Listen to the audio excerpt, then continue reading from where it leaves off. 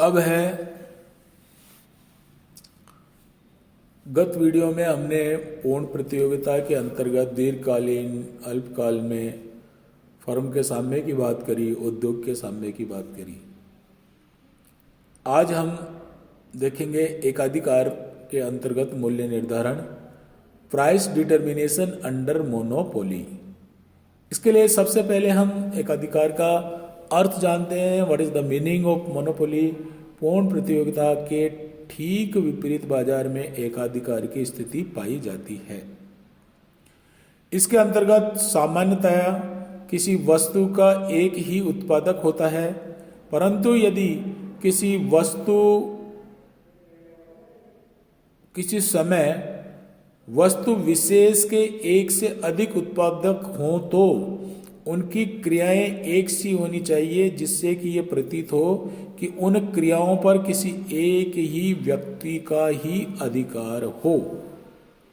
सामान्यतः एकाधिकार से आशय बाजार की उस स्थिति से है जिसमें एक विशिष्ट वस्तु की पूर्ति पर किसी एक उत्पादक अर्थात किसी एक फर्म का नियंत्रण रहता है। एकाधिकार वास्तव में एक फर्म वाला उद्योग है। एकाधिकार की स्थिति में पहला, फर्म तथा उद्योग में कोई अंतर नहीं होता। नंबर 2, फर्म अपने व्यवहार से वस्तु की कीमत को प्रभावित कर सकती है तथा उत्पादन पर भी उसी फर्म का नियंत्रण रहता है। नंबर 3, एकाधिकार में उत्पादित वस्तु की कोई निकट स्थानापन्न वस्तु भी नहीं होती तथा उद्योग में नई फर्म के प्रवेश पर प्रभावपूर्ण रुकावटें होती हैं। इस प्रकार बाजार में उपर्युक्त वर्णित 3 दशाओं के एक साथ विद्यमान होने की स्थिति को अर्थशास्त्री पूर्ण अथवा विशुद्ध एकाधिकार, परफेक्ट और प्योर मोनोपोली की संज्ञा देते हैं। अब हम एकाधिकार की परिभाषा देखेंगे। सबसे पहली जो परिभाषा है वह है प्रोफेसर टॉमस के अनुसार, विस्तृत अर्थ में एकाधिकार शब्द वस्तुओं तथा सेवाओं के किसी भी प्रभावपूर्ण कीमत में नियंत्रण को व्यक्त करता है, चाहे वह मांग का हो अथवा पूर्ति का, किंतु संकुचित अर्थ में इसका आशय उत्पादकों तथा विक्रेताओं के ऐसे संघ से होता है जो कि वस्तुओं अथवा सेवाओं की पूर्ति कीमत को नियंत्रित करके करता है। फिर दूसरी जो परिभाषा है वो है प्रोफेसर लेफ्टविच के अनुसार, शुद्ध एकाधिकार वह बाजार दशा है जिसमें एक फर्म उस वस्तु के उत्पादन का विक्रय करती है जिसका स्थानापन्न उपलब्ध न हो। इस प्रकार वस्तु का संपूर्ण बाजार एक ही फर्म के लिए होता है, उसमें समीपस्थ वस्तुएं उपलब्ध नहीं होती जिनका मूल्य एवं विक्रय एकाधिकारी वस्तु के मूल्य एवं विक्रय को प्रभावित कर सके। दोनों ही परिभाषाओं का अगर हम गहनतापूर्वक अध्ययन करें तो हमें एकाधिकार की निम्न विशेषताएं दृष्टिगोचर होती हैं, जिसमें सबसे पहली है अकेला विक्रेता अथवा उत्पादक। एकाधिकार बाजार स्थिति में एकाधिकारी फर्म अथवा वस्तु की एकमात्र विक्रेता अथवा उत्पादक है। दूसरा, एक फर्म एक उद्योग। एक ही उत्पादक होने के कारण फर्म और उद्योग में कोई अंतर नहीं होता। एकाधिकारी इस प्रकार का उद्योग है जिसमें एक ही फर्म होती है, अतः एक फर्म एक उद्योग की स्थिति पाई जाती है। उद्योग तथा फर्म एक दूसरे के पर्यायवाची होते हैं। तीसरा, प्रतिस्थानापन्न वस्तुओं की कमी। एकाधिकारी इस प्रकार की वस्तु का निर्माण करता है जिसमें बहुत ही निकट प्रभावपूर्ण प्रतिस्थापन वस्तुएं बाजार में उपलब्ध नहीं होती। चौथा है पूर्ति पर पूर्ण नियंत्रण। एकाधिकारी का अपनी वस्तु की पूर्ति पर पूर्ण नियंत्रण होता है, अतः एकाधिकारी अपनी वस्तु की पूर्ति कम या अधिक कर सकता है। पांचवा है फर्मों के प्रवेश पर पूर्णतः रोक।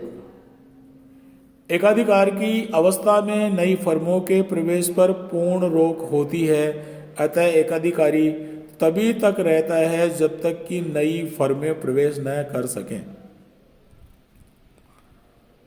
छठा है दीर्घकालीन में असामान्य लाभ। एकाधिकारी को दीर्घकाल में असामान्य लाभ प्राप्त होता है। नेक्स्ट है मांग बेरोजगार। एकाधिकारी की वस्तु की मांग बेरोजगार होती है, अतः यदि एकाधिकारी अपनी वस्तु की अधिक इकाइयां बेचना चाहे तो उसे वस्तु का मूल्य कम करना पड़ेगा। नेक्स्ट है क्रेता अधिक। एकाधिकारी के अंतर्गत विक्रेता एक होता है परंतु वस्तु के क्रेता अनेक होते हैं। इसमें क्रेताओं की संख्या पूर्ण प्रतियोगिता से कम होती है। अब हम बात करते हैं कि एकाधिकारी की स्थिति में मांग आगम और जो लागत वक्र है वो किस प्रकार होते हैं, क्या उनका जो है ढाल होता है, इसकी चर्चा हम कर लेते हैं। और अगले वीडियो में हम देखेंगे कि एकाधिकारी में मूल्य तथा उत्पादन निर्धारण की जो विधियां हैं उनका अध्ययन करेंगे। सबसे पहले है एकाधिकारी की स्थिति में एकाधिकारी फर्म का अपनी वस्तु की पूर्ति पर प्रभावशाली नियंत्रण होता है। प्राय उत्पादन का पैमाना बड़ा होता है, अतः औसत उत्पादन लागत अपेक्षाकृत कम रहती है। विक्रय लागतों के बहुत अधिक न होने के कारण उत्पादन लागत में विशेष अंतर नहीं पड़ता। एकाधिकार में लागत वक्र तथा आगम वक्रों की स्थिति का विवरण निम्न प्रकार है। पहला है लागत वक्र। लागत रेखाओं की दृष्टि से एकाधिकार में सामान्य लागत विश्लेषण ही लागू होता है। अल्पकाल में एकाधिकारी के अंतर्गत स्थिर लागत तथा परिवर्तनशील लागत दोनों होती हैं, परंतु दीर्घकाल में सभी लागतें परिवर्तनशील होती हैं, अतः केवल एक दीर्घकालीन औसत लागत वक्र ही बनाया जाता है। औसत लागत वक्र ही बनाया जाता है। दूसरा है औसत लागत। दूसरा है एकाधिकार की स्थिति में अल्पकाल में फर्म के लिए उत्पादन प्लांट का केवल गहन उपयोग ही संभव होता है, जबकि दीर्घकाल में प्लांट के आकार में परिवर्तन किया जा सकता है। पूर्ण प्रतियोगिता की भांति नई फर्मों के प्रवेश का अथवा विद्यमान फर्मों के बहिर्गमन का एकाधिकारी के अंतर्गत प्रश्न ही पैदा नहीं होता। एकाधिकारी के लिए वस्तु का मांग वक्र बाएं से दाएं ओर गिरता हुआ होता है। इसका कारण यह है कि एकाधिकारी को वस्तु की अधिक मात्रा बेचने के लिए कीमत कम करनी पड़ती है।